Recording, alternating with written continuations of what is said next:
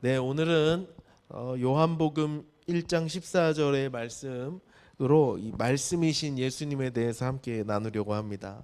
오늘은 성서론 네 번째 시간입니다. 성경에 대한 이야기, 성서에 대한 이야기 네 번째 시간입니다. 특별히 오늘은 말씀이신 예수님에 대해서 나누려고 합니다. 여러분, 하나님의 말씀이 뭐죠? 교회에서는 이 말씀이라는 단어를 많이 써요. 그런데 교회 안 다니는 사람들은 말씀 이러면 소통이 안 됩니다. 쟤네들이 도대체 말씀이라고 하는데 그 뭐지? 이상해요. 우리가 말하는 그 말씀이 뭐죠? 여러분 생각해 보신 적 있어요? 하나님 말씀이 뭐죠? 우리는 이 성경책을 책이라고 안 부르고 말씀이라고 부릅니다. 이것도 사실 교회 안 다니는 사람들이 생각할 땐 이상해요. 이 책을 말씀이라 그래요. 좀 이상해요. 그리고 또 전도사님의 이런 하나님 말씀 이렇게 선포하는 설교를 또 말씀이라고 그러죠. 그래서 오늘 말씀 참 좋았다 뭐 이런 말도 하고 하잖아요. 그래서 우리가 사용하고 있는 이 하나님 말씀이라는 단어에는 다중적인 의미가 있습니다. 약간 모호하기도 하고요. 그래서 그냥 뭐 우리 다 알잖아요. 그냥 아름아름 말씀이라고 하면 저것도 말씀이고 이것도 말씀이고 한데, 이 독일에 돌아가신 지 좀 되셨는데 독일의 20세기의 최고의 신학자라고 몇몇 사람들이 부르는 칼바르트라는 위대한 신학자 할아버지가 계셨어요. 근데 이 할아버지가 말씀이란 무엇인가에 대해서 이 세 가지로 한번 정리를 해주셨는데 그럴듯하더라고요. 첫 번째, 이 할아버지가 칼바르트라는 할아버지가 이 말씀에 대해서 세 가지로 말씀을 정리를 해주셨는데, 첫 번째는 뭐냐? 하나님 말씀은 우리가 얘기하듯이 성경이에요. 성경책이 곧 하나님의 말씀이라는 거죠. 이 성경책은요, 성경은 기록되어진 하나님의 권위 있는 말씀입니다. 이 자체가 하나님의 말씀인 거예요. 성경 외에는 다른 책에는 하나님 말씀이 없습니다. 오늘 저와 여러분이 들고 있는 이 신구약 성경, 또 안에 이렇게 자세히 들여다보면 66권의 성경이 있죠. 이 66권의 성경 외에 다른 책에는 하나님의 말씀이 없습니다. 논어, 맹자, 또 이스라엘의 다른 고전, 아니면 다른 나라의 훌륭한 어떤 도덕에 관한 글들이 아무리 성경과 비슷하다고 해도 그것이 하나님 말씀일 수는 없어요. 기록된 하나님의 말씀은 오직 성경밖에 없습니다. 그래서요, 우리가 신앙을 고백을 하는데 이 성경은요, 흠이 없는 책입니다. 뭐에 흠이 없냐? 뭐에 오류가 없는 책이냐? 이 고백을 잘 들어야 되는데, 신앙과 행위에 있어서 오류가 없는 하나님 말씀이에요. 이 책을 읽고 이 하나님 말씀을 붙잡고 살아가면 신앙에 오류가 없습니다. 행위에 오류가 없을 수 있어요. 그게 하나님 말씀인 성경이에요. 그래서 칼바르트 할아버지가 그럼 말씀은 뭔가? 첫 번째, 성경책이 하나님 말씀이다, 이렇게 얘기를 했고요. 두 번째, 설교. 전도사님 지금 하고 있는 이 설교 갑자기 굉장히 부담스러워집니다. 이게 하나님 말씀이라니까. 이 설교가 하나님 말씀이다, 이렇게 이야기해요. 설교는 뭐냐? 성경이 기록된 하나님 말씀이었다면 설교는 선포된 하나님의 말씀인 거죠. 자, 그런데 설교도 하나님의 말씀이긴 하지만 이 설교를 전달하는 사람, 하나님 말씀을 전달하는 사람은 오류가 많은 연약한 인간이죠. 그래서 이 설교는 무오하다고 할 수 없습니다. 설교에는 오류가 없다고 말할 수가 없어요. 그러니까 오류가 없는 하나님의 말씀이라고는 할 수 없습니다. 선포자의 한계가 있기 때문이죠. 그러나 교회의 2000년 전통은 설교를 곧 하나님의 말씀으로 받았습니다. 그리고 진지하게 그것을 하나님 말씀으로 받고 하나님을 경외하는 마음으로 그 설교를 듣고 그것으로 내 신앙을 점검하는 하나님의 말씀으로 삼았어요. 자, 그렇다면 설교가 선포된 하나님 말씀이면 세 번째는 뭐냐? 이게 오늘 우리가 하고 싶은 이야기입니다. 말씀의 세 번째 모습은 무엇일까? 그것은 바로 예수님, 인간의 몸을 입고 인간의 옷을 입고 이 땅 가운데 2000년 전에 오셨던 그 예수님, 그분 자신이 곧 말씀이셨어요. 예수님이 말씀이셨습니다. 오늘 성경 설교 제목을 여러분 곰곰이 생각해 보세요. 그냥 뭐 교회에서 흔히 하는 말인데, 말씀이신 예수님, 노래 가사에도 많고, 곰곰이 생각해 보세요. 말씀이신 예수님, 이게 뭔가 이상합니다. 잘 논리적으로 연결이 안 돼요. 이게 참 어려운 개념입니다. 예수님은 하나님의 말씀이 육신의 옷을 입고 이 땅 가운데 나타나신 분이 예수님이래요. 이거 도무지 어렵습니다. 성령님이 깨닫게 해주시지 않으면 설명할 방법도 없고 어려운데, 어쨌든 오늘 이 예배를 통해서 우리가 말씀이신 예수님을 좀 만나면 좋겠어요. 그런 은혜가 저와 여러분에게 있기를 주님의 이름으로 축복합니다. 자, 그래서 말씀의 세 번째 형태는 뭐냐? 어쩌면 이게 첫 번째일 수 있는데, 예수님 그 자체, 예수님이 곧 말씀이신 거예요. 예수님 이꼴 말씀. 그 둘은 뭐라 그러죠? 이거 집합에서 공통 집합인가요? 말씀이 곧 예수님이고 예수님이 곧 말씀이에요. 자, 여러분, 사람은요, 누구나 이렇게 멀리서 볼 때는 좀 그럴듯해 보입니다. 이제 말씀이신 예수님을 좀 설명해 보려고 해요. 사람은 좀 멀리서 보면 좀 그럴듯해 보입니다. 그죠?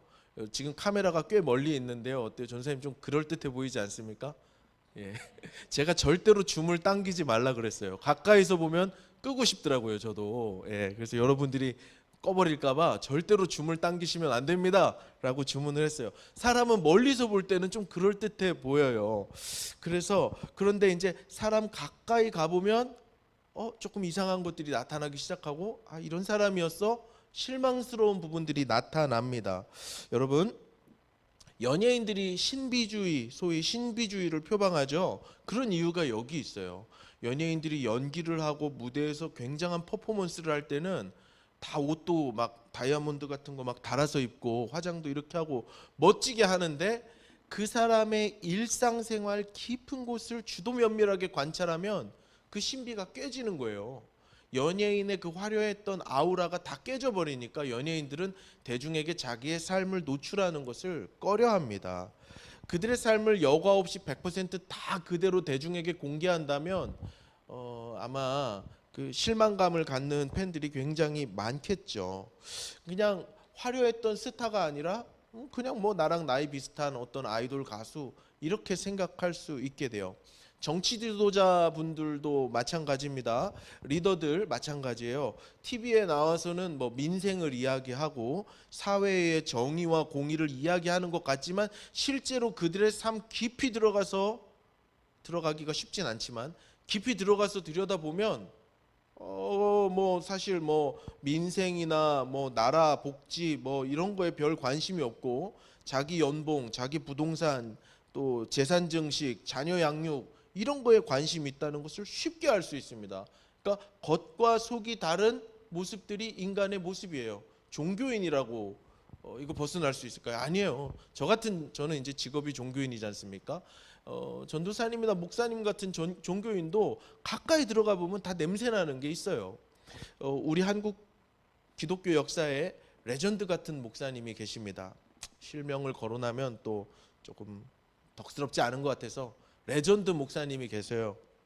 이분은 돌아가신 지 한참 되셨는데 진짜 레전드 목사님입니다. 그래서 이 레전드 목사님께 배운, 이분이 뭐 신학교 총장님도 하시고 하셔서 이분께 배운 수많은 목사님들이 있어서 이분의 신학적 업적을 최고로 기리고 이러는데, 이분 따님이 책을 쓰셨어요. 이분의 따님이 책을 쓰시면서 그 레전드라고 막 존경받는 아버지의 민낯을 다 공개해 버렸는데, 그 따님이 가까이서 그 아버지 목사님을 본 그 모습은 그냥 죄인이었어요.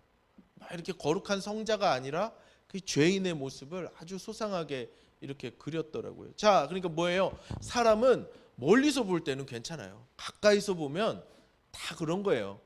그거를 괜찮다고 할 수는 없지만 어느 누구도 완벽한 사람은 없고, 가까이 가서 볼수록 아름다운 사람은 사실 별로 없어요.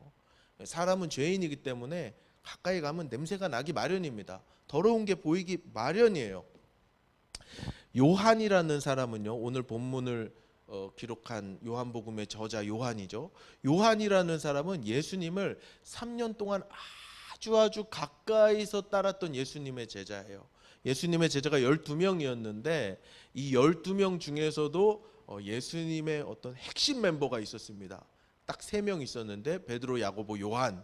이 세 사람은 예수님이 아주 비밀스러운 사역 현장에 가실 때 12명이 너무 많으니까 9명은 떼놓고 요 3명만 데리고 다니셨어요. 그러니까 이 요한이라는 제자는 예수님의 최측근에서 3년 동안 예수님을 보면서 예수님 주무실 때 아마 예수님 코 고는 소리도 들으셨을 거고 어쩌면 예수님 배고프실 때 예수님 꼬르륵 소리도 들으셨을 거고 또 어쩌면 뭐 예수님 안 씻으셔서 냄새나는 그것도 맡았을 수도 있고.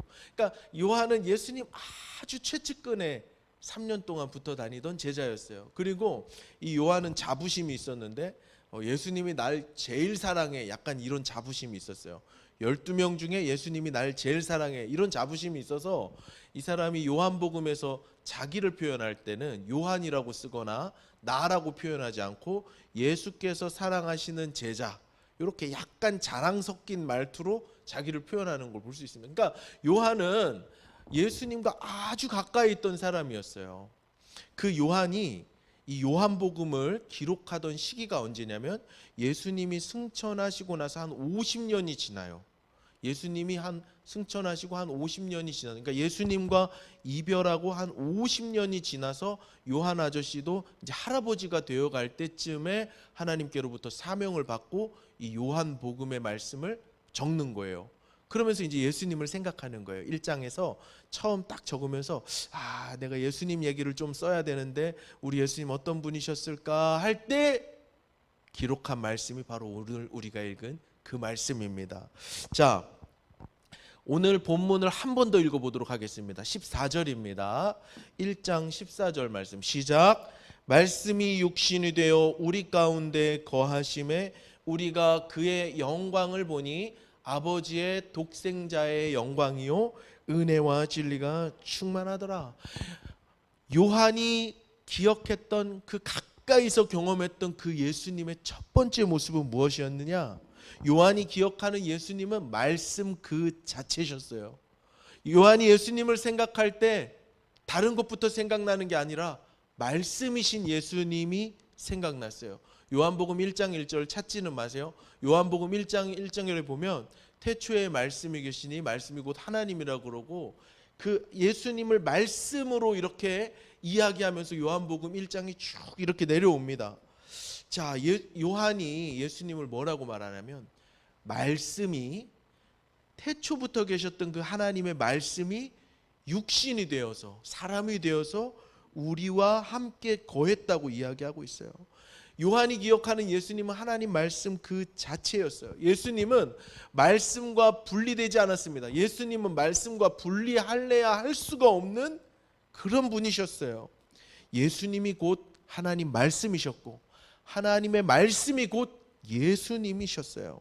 예수님께서요 이 요한복음 8장 28절에 이런 말씀을 하셨어요. 사실 예수님이 이런 말씀 하신 것을 요한이 기억해서 또 하나님이 기억나게 해주셔서 적은 거죠. 8장 28절에 예수님이 뭐라고 말씀하시냐면 내가 지금까지 한 말은 다 하나님께로부터 듣고 한 말이다, 이렇게 말씀하신 적이 있어요. 내가 여지껏 너희들에게 했던 그 모든 말들은 다 하나님의 말씀을 듣고 한 말이야, 내 스스로 한 말이 없어 라고 말씀하세요. 무슨 말입니까? 예수님의 전 존재 안에 하나님 말씀이 있었다는 거예요. 예수님이 곧 하나님 말씀이었습니다. 예수님의 언어가 하나님 말씀이었고 예수님의 행동이 하나님 말씀이었고 예수님의 삶과 존재 그 자체가 그냥 하나님 말씀이었다는 거예요. 여러분, 참된 신앙인이라면요 정말 예수님을 제대로 믿고 따라가려고 하는 참된 신앙인이라면 아까 이현주 선생님 기도처럼 정말 예수님의 제자로서 살기로 몸부림치고 발버둥치는 참된 신앙인이라면 누구나 다 예수님을 닮고 싶어 해요. 다른 누군가가 아니라 우리의 롤모델의 궁극적 끝판왕은 예수님이에요. 우리가 예수님 앞에, 예수님 너무 멀리 계시니까, 그죠?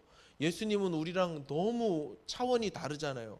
그러니까 바로 예수님한테 갈 수 없으니까 나보다 예수님 조금 더 닮은 어떤 사람, 그보다 조금 더 얼핏 닮은 어떤 사람을 이렇게 단계별로 롤모델로 선정할 수 있지만 모든 진실된 신앙인의 롤모델 끝판왕은 예수님이에요. 궁극적으로 우리는 예수님을 닮고 싶어 합니다. 예수님처럼 살고 싶어 하죠. 그건 신앙인의 당연한 목표인데 예수님 닮는다는 것은 무엇일까요, 여러분? 예수님을 닮아간다는 건 무엇일까요? 우리도 2000년 전 이스라엘 중동 지역에 오셨던 그 예수님의 겉모습을 닮아야 될까요? 성화에서 보는 것처럼 이렇게 머리를 좀 기르고 수염을 그리고 콧대를 세우고 그거는 예수님 아닙니다, 사실. 그거는 그냥 유럽 사람들이 만들어 놓은 예수님이지 그건 예수님 모습이 아니에요. 예수님을 닮아간다는 게 뭘까요? 예수님 닮아간다는 건 하나님 말씀을 닮아가는 거예요.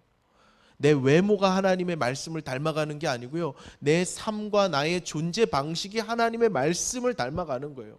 하나님이 말씀하시는 대로 살고 하나님이 말씀하시는 대로 하나님이 우리에게 말씀 주시는 대로 그렇게 살아내려고 하고 내 삶 속에서 하나님 말씀과 안 닮은 모습들 그런 것들은 잘라내고 자꾸 하나님 말씀에 내 삶을 일치시켜 가는 것 그게 예수님을 닮는 거예요. 우리 예수님 사랑한다고 고백합니다. 이따가 설교 후 찬양에도 예수 주님을 사랑해요. 예수님 사랑해요. 예수님 사랑해요. 이렇게 고백하는데요. 예수님 사랑한다는 게 뭘까요?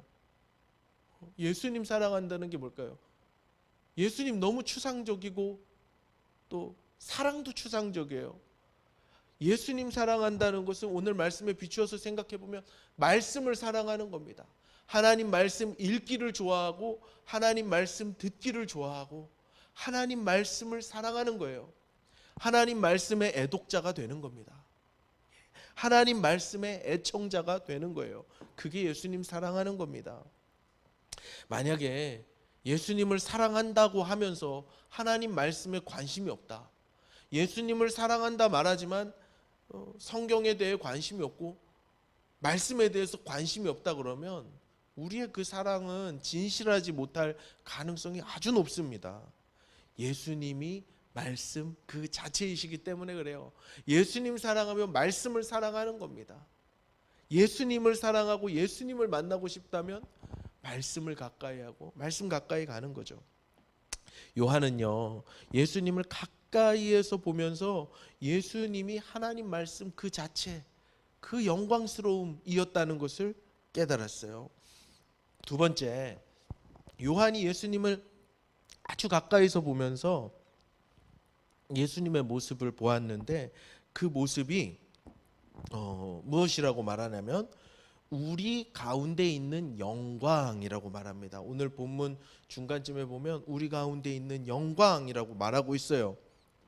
예수님의 모습은 영광 그 자체였습니다. 말씀이신 예수님의 그 모습은 영광 그 자체였어요.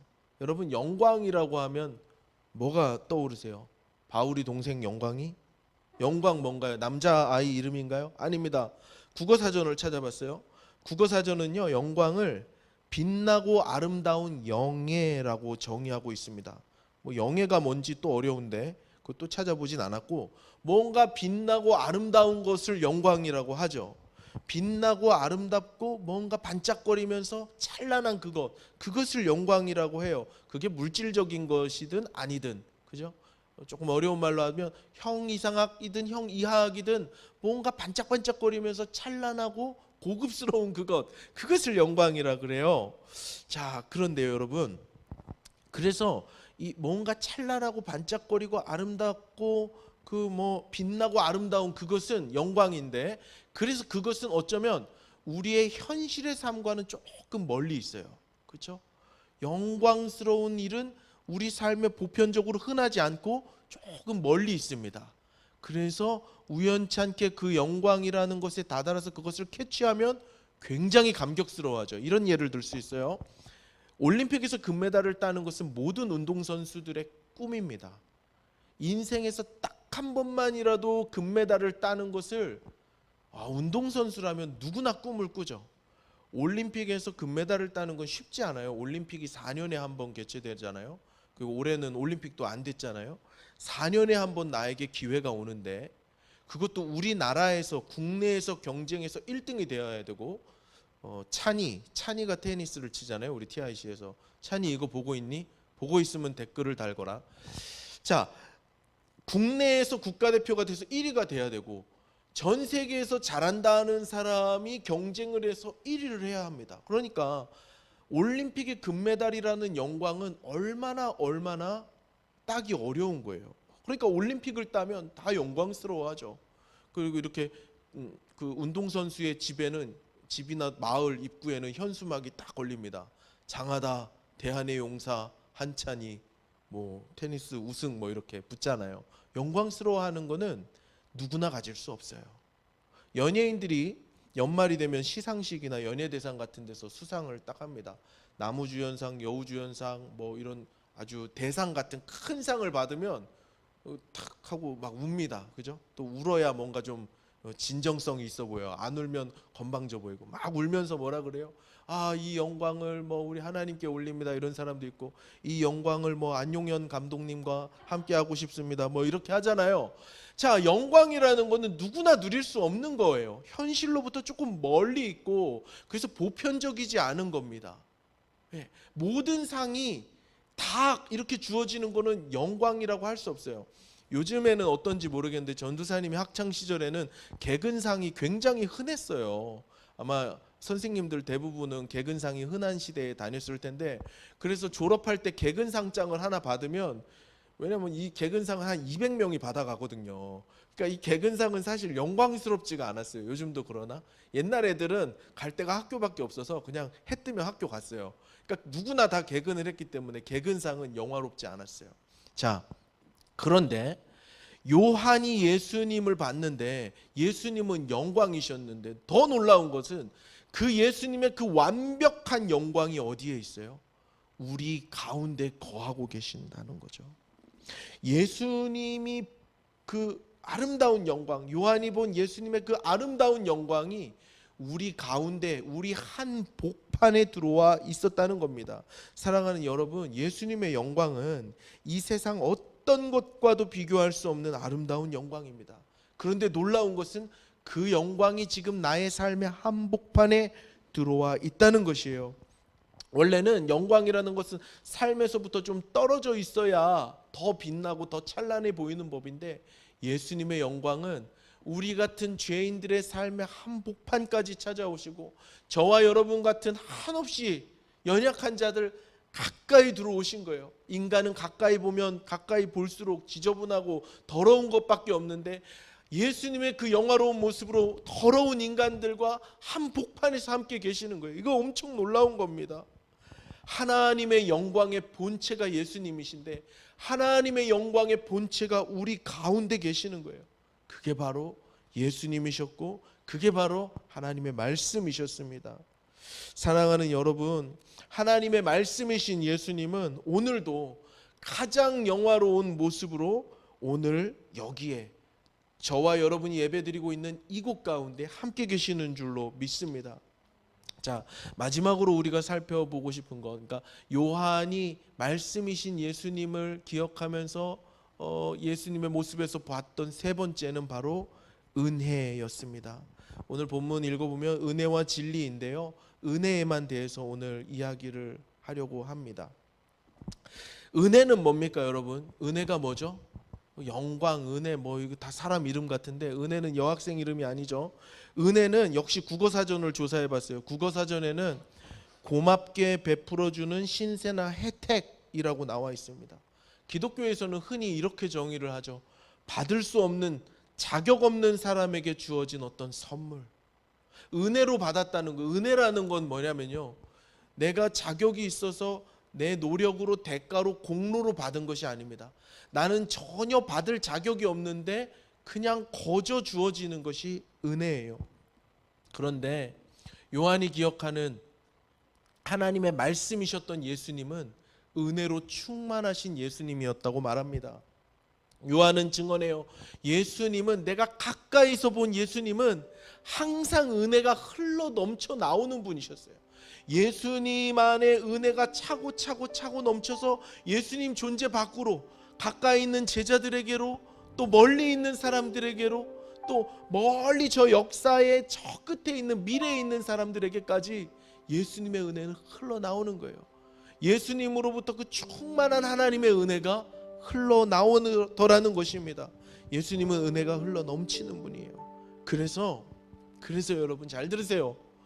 예수님을 가까이 하고 하나님의 말씀을 가까이 하는 사람은 하나님의 예상치 못했던 은혜를 받습니다. 우리가 받을 자격이 없는데, 받을 자격이 하나도 없고 받을 공로가 하나도 없는데 예수님 가까이서 사는 사람, 말씀 가까이서 사는 사람은 예수님으로부터 차고 넘쳐 흘러나오는 그 은혜의 수혜자가 된다는 것이에요. 제가 좋아하는 사자성어 중에 몇 개 없는데요, 근묵자흑이라는 말이 있습니다. 근묵자흑, 여러분 아시죠? 무슨 뜻이냐면 먹을 가까이 하면 검정이 묻는다는 거예요. 먹을 가까이 두고 살면 검은 게 그냥 묻습니다. 좀 안 좋은 뜻인데요, 뒤집어서 말하면요, 좋은 것을 가까이 하면 그 좋은 것이 나에게 와 닿게 되어 있어요. 예수님을 가까이 하면 예수님 안에 은혜가 충만하기 때문에 그 은혜가 나의 삶으로 흘러 들어옵니다. 여러분, 은혜는 단순히 예배나 기도, 어떤 찬양에서 우리가 느끼는 감정적인 따뜻함이 아니에요. 눈물 한 방울 흘리는 것, 그것도 은혜지만 우리 감정과 우리 속사람 가운데 주시는 하나님의 은혜이지만 그게 은혜가 다가 아닙니다. 그건 은혜를 나타내는 아주 부분적인 이야기예요. 은혜는 하나님께로부터 오는 모든 선물입니다. 우리는 그걸 받을 자격이 없는데 하나님 가까이 있는 하나님의 자녀들은 하나님으로부터, 예수님으로부터 흘러나오는, 마르지 않는 샘처럼 계속해서 흘러나오는 그 은혜를 받아 누리게 돼요. 그래서요, 사랑하는 여러분, 우리는 예수님께로 가까이 가는 거예요. 그래서 우리는 하나님 말씀 가까이 가는 겁니다. 그 은혜의 수혜자가 되기 위해서, 예수님으로부터 흘러넘치는 그 충만한 은혜의 수혜자가 되기 위해서 우리는 하나님 앞으로 가까이 가는 거예요. 말씀 앞으로 가까이 가는 겁니다. 내 힘으로 내 인생을 풀어가려다 보면 수고하고 무거운 짐을 질 수밖에 없습니다. 내 인생을 내 성적으로 살려고 하면 답은 뻔해요. 어떤 교육학자가 그러더라고요. 초등학교 3학년 10살쯤 되면 이 아이의 성적은 크게 변동되지 않는데요. 초등학교 10살 때부터 그 아이의 어떤 인생이 결정되는 겁니다. 더 빠르게 말하는 사람은 7살이라고 말하기도 하고요, 더 빠르게 말하는 사람은 태아부터라고 말하기도 해요. 우리의 노력으로, 우리의 힘으로, 우리의 능력으로 우리의 인생을 펼쳐가고 우리의 인생을 살아가려고 하면 한계가 분명합니다. 우리가 구해야 될 건 무엇일까요? 내 팔에 넘치는 힘이 아닙니다. 우리가 구해야 할 건 내 두뇌의 명석함이 아닙니다. 하나님께로부터 오는, 값없이 주어지는, 자격 없는 죄인들에게 주어지는 그 은혜를 날마다 구하면서 살아가야 하는 것입니다. 사랑하는 여러분, 그래서 우리 말씀 가까이 가는 거예요. 말씀이신 예수님께로 가까이 가는 겁니다. 이미 그 말씀은 영광스러운 모습으로 우리 삶의 한 복판에 들어와 계시니까 우리는 그 말씀을 받아들이는 거죠. 그 말씀을 향해서 나의 마음을 활짝 여는 거죠. 그런 사람들의 인생에 하나님의 예상치 못했던, 기대치 못했던 보너스 같은 은혜가 임하게 될 줄로 믿습니다. 우린 그걸로 사는 거예요. 하나님의 은혜로 살아가는 겁니다. 사랑하는 여러분, 이번 한 주 하나님 말씀을 가까이 하면서 하나님의 은혜를 누리는 저와 여러분의 평생 될 수 있기를 주님의 이름으로 축복합니다.